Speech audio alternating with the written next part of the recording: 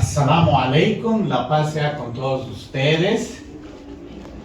Estuvimos aquí con mi esposa Laila el día sábado haciendo un reconocimiento y estoy seguro, es un honor, es un placer pues estar aquí en esta institución, el ITECSUR, y es un privilegio para los estudiantes, ¿no? Tener esta carrera tecnológica superior en asistencia jurídica. Pues, si pudiera volver mis años, regresaría a tomar unas clases con usted, Nati. Un agradecimiento para usted, la abogada Nati López, para todo el personal docente, todos los alumnos. Un saludo especial pues para los panelistas, el doctor Lenín Villasís y la magíster Leili Rodríguez, que están juntos aquí, mi esposa Laila. Bueno, es una materia en realidad que tiene que ver con Islam, derechos humanos, le he puesto allí, ¿no? ¿Verdad?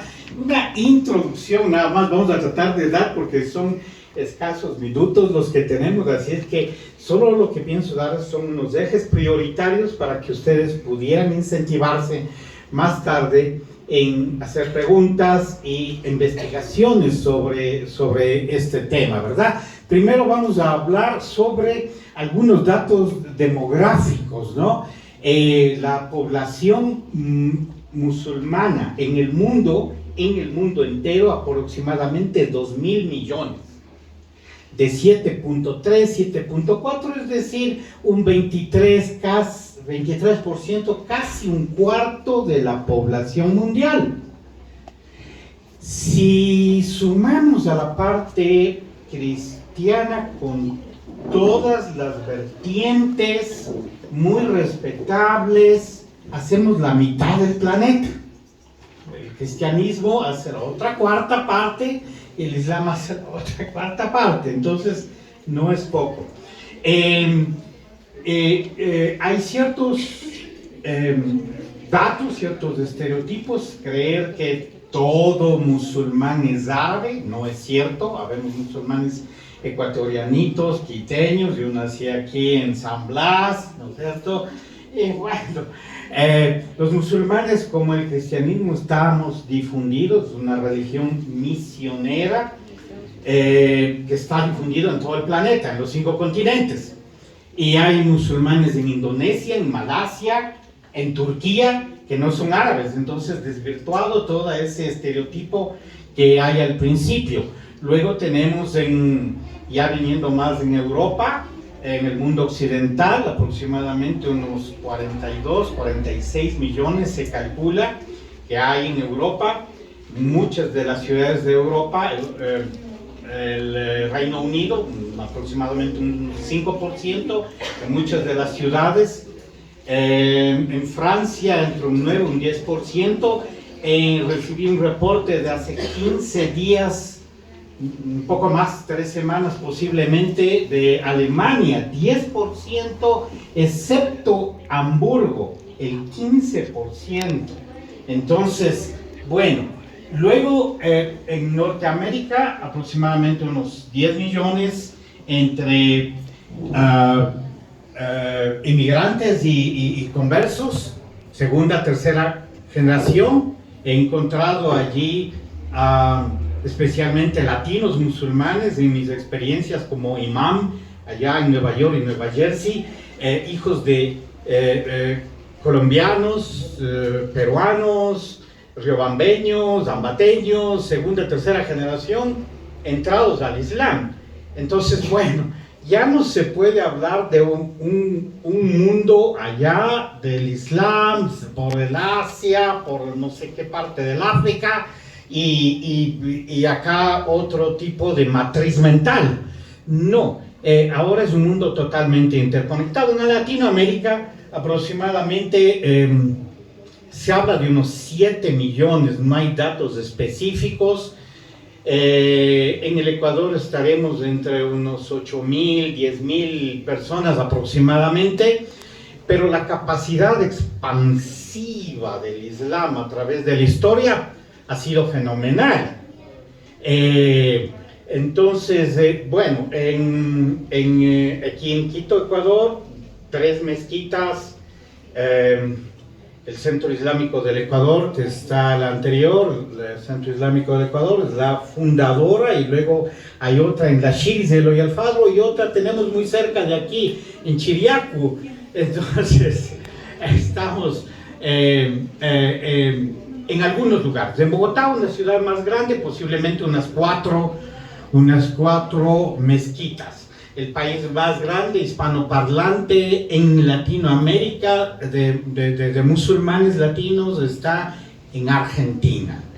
Aproximadamente unos 780.000, unos 800.000, casi 1.043 millones de argentinos. Entonces no es poco. Allí tenemos, está un hijo mío que es graduado de la Universidad Islámica de Medina, es el imam, es el director allí digamos, en Buenos Aires, de los musulmanes allí. Entonces, bajo estos primeros parámetros, tenemos que analizar el mensaje del Islam, ¿no es cierto? El mensaje del Islam que tiene que ver con derechos humanos. Y aquí tenemos que hacer una pequeña reflexión que tiene que ver con desarrollos civilizatorios en el mundo islámico que no tuvieron, llamemos, el privilegio de desarrollarse como Estado laico. El mundo islámico no tuvo necesidad de separar el poder político del poder religioso.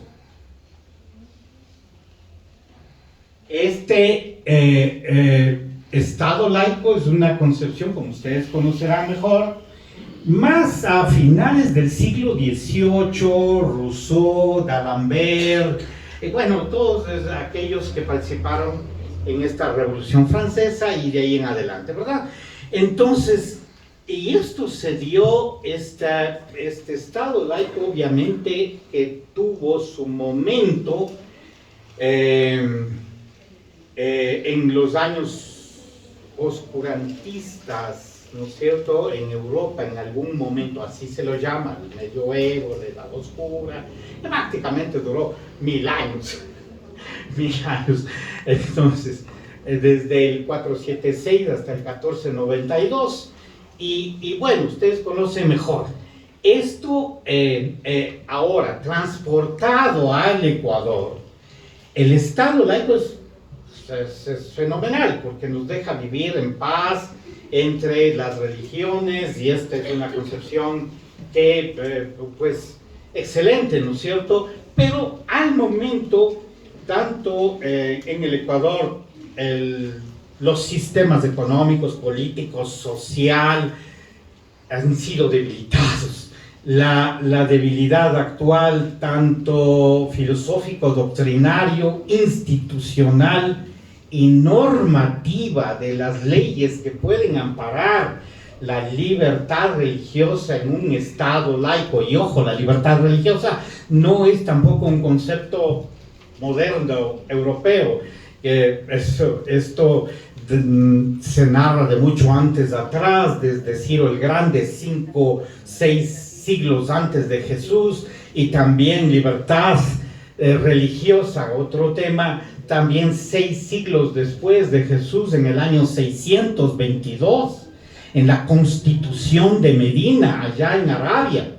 La Constitución de Medina habla al menos de 18 artículos de libertad religiosa, derechos iguales a los ciudadanos, derechos iguales culturales, no tienen que entrar a la guerra si no quieren, etc. Bueno, entonces hablábamos de la normativa de los derechos en el Ecuador. La normativa, la ley actual es una ley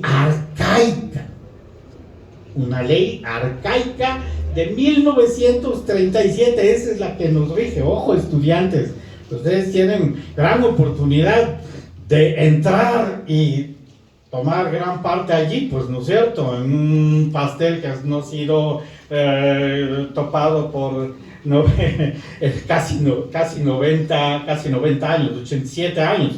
11 años nos rige una ley de cultos, 11 años antes de la ley de la Declaración de los Derechos Universales de las Naciones Unidas del 10 de diciembre de 1948. Entonces esto es algo para dejar allí. Se asemeja por esta debilidad del Estado, más bien se asemeja a un Estado confesional, es lo que dicen los encargados, aquellos conocedores de leyes, puesto que en la Constitución, en el primer artículo de la ley, es un Estado constitucional, no sé, es un Estado constitucional en el artículo 1, que no está, un Estado laico, que no está alineado con ninguna religión y no da un privilegio a ninguna religión, y también inclusive para aquellos que no quieren tener religión, bienvenidos, eso es nuestro Estado laico. En todo caso, bueno, con esta introducción, en el otro lado, donde les decía que en el mundo islámico no se desarrolló la separación Estado, religión, poder político, poder religioso,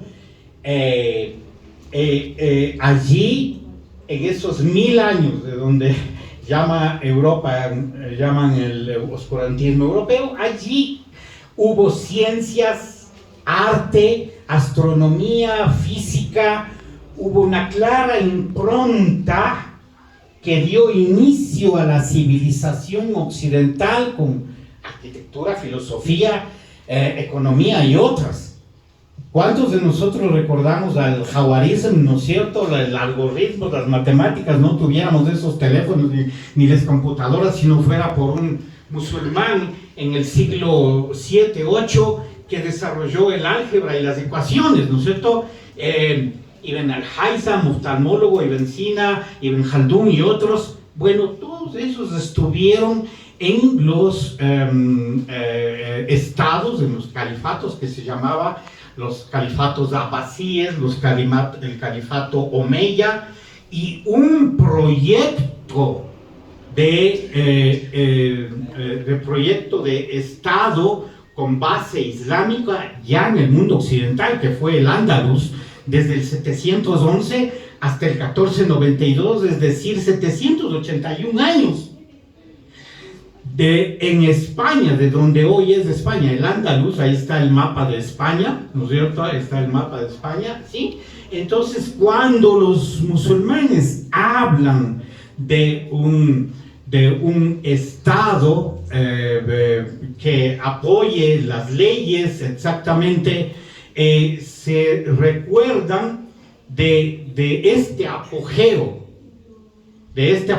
cuando había una conexión muy interna, muy intrínseca entre la ciencia, las artes y la religión, donde hubo desarrollo, comercio, tanto para cristianos, musulmanes, judíos en la península ibérica, ¿no es cierto? Entonces esto facilitó, como dije, nacimiento de la civilización occidental.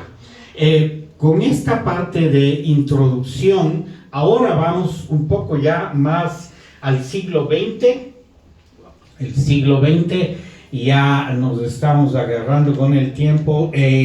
La Organización de la Cooperación Islámica es la que hace, reunida con otros países. Esta organización es una organización intergubernamental, la más grande después de las Naciones Unidas, de 57 países miembros y 3 que son observadores. Ellos son los que hacen el lanzamiento de los derechos humanos en Islam y la carta que tenemos allí en el Cairo, en Egipto, en 1990. Obviamente yo tengo que, por razones de que es algo del Islam, toca tomar ciertos parámetros que tienen que ver con asuntos religiosos. Esto para nada tiene que ver con ningún tipo de proselitismo, porque eso es una de las funciones de un maestro, de un profesor, tener que indicar lo que son hechos, pero toca abordar asuntos obviamente claros que tienen que ver en la ley islámica, que se denomina la Sharia, ¿no es cierto?, que es un conjunto, básicamente un sistema jurídico legal. Tiene tres partes. El Islam tiene tres partes: la Sharia, la ley islámica, este sistema jurídico legal, luego un concepto de Dios como centro del pensamiento, de la matriz de la persona y del conglomerado islámico, que tiene que ver con un concepto de Dios teísta, no deísta. Estas tecnificaciones, pues obviamente, más rápido, el concepto de un Dios que está pendiente, amoroso, perdonador. No es un policía que está ahí para caerle, ni es tampoco un ente supremo que se apartó del mundo y dejó allí a la creación, sino que está pendiente de las necesidades materiales y espirituales del ser humano.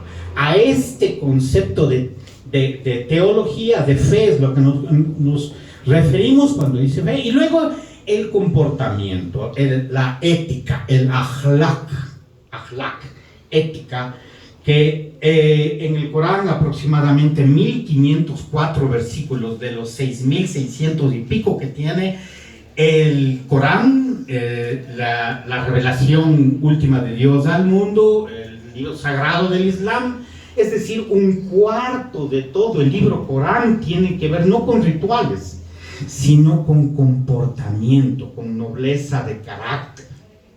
¿Ok? Entonces, esta parte del Corán tiene un eje intrínseco muy grande, que es la absoluta unicidad de Dios, que se llama Tawhid, y que está representada, el Corán dice que tiene una guía hacia una forma de vida de misión terrenal, misión y visión trascendental, que va a pasar de esta vida al más allá. Su alma, nuestra alma, estamos seguros en la comunidad islámica que vamos a pasar aún más allá. Entonces, dentro del siguiente, no me salió ahí la reproducción árabe, pero las palabras no salieron muy... De todas maneras, dice, la unidad de Dios se representa en la unidad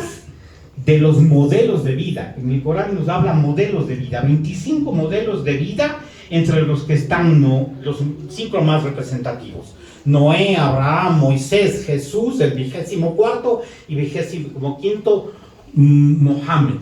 Todos ellos pertenecen a un tronco, de una familia de modelos de vida que se les denomina en unos casos profetas, y significa también unidad en la raza humana. Y de allí viene justamente los hijos de Adán, que somos todos. En el Corán nos dice: le concedí, walakat karamna bani Adam, y le concedí al ser humano dignidad. Karamna, dignidad. Todo ser humano tiene derechos por el simple hecho de ser humano. El hecho de ser humano tiene un conocimiento sobre el resto de las especies, de los reinos animal y vegetal, y tiene un ruh, un espíritu procedente de Dios, y una conciencia, un fitra, que le da el libre albedrío.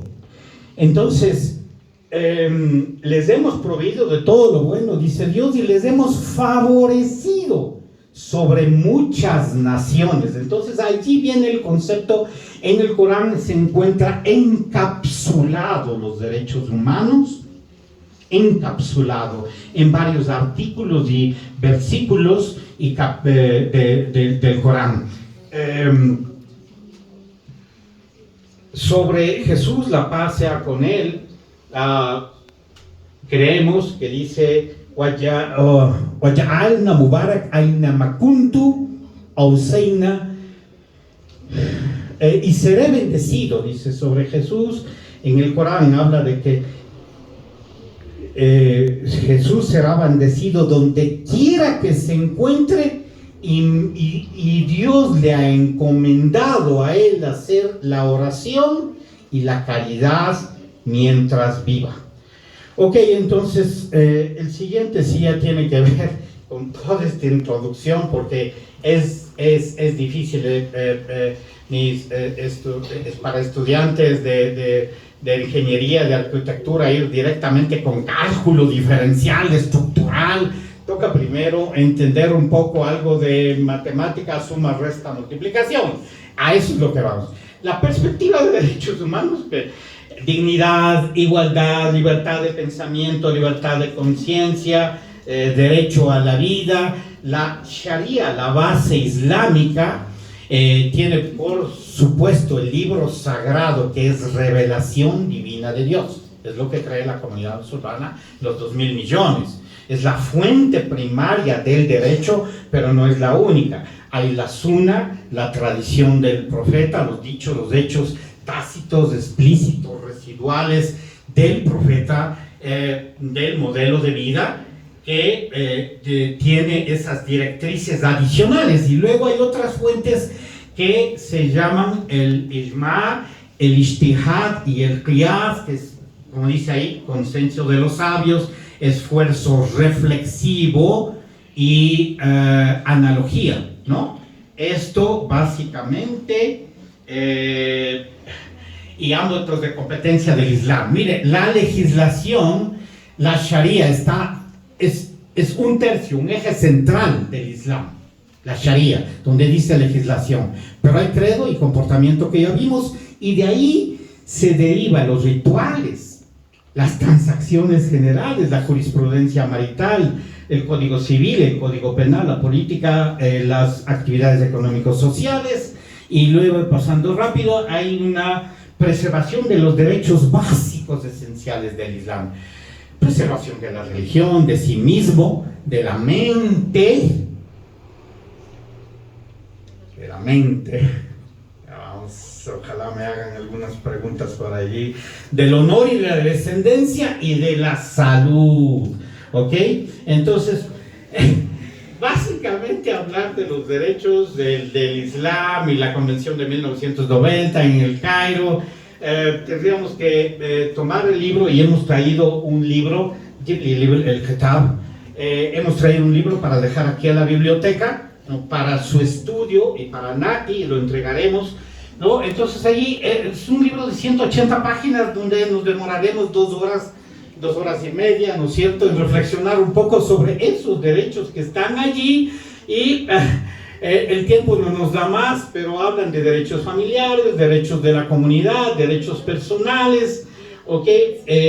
Hablan asimismo sobre derechos públicos del Islam, del gobernante, de los derechos del pueblo, de los amigos, de los vecinos, del invitado a la casa tiene sus derechos, del huésped tiene sus derechos, de los empleados, de los pobres, de los empleadores, y todo esto. Muchísimas gracias, se me acabó el tiempo. Gracias, Nati. Y mil disculpas a las dos.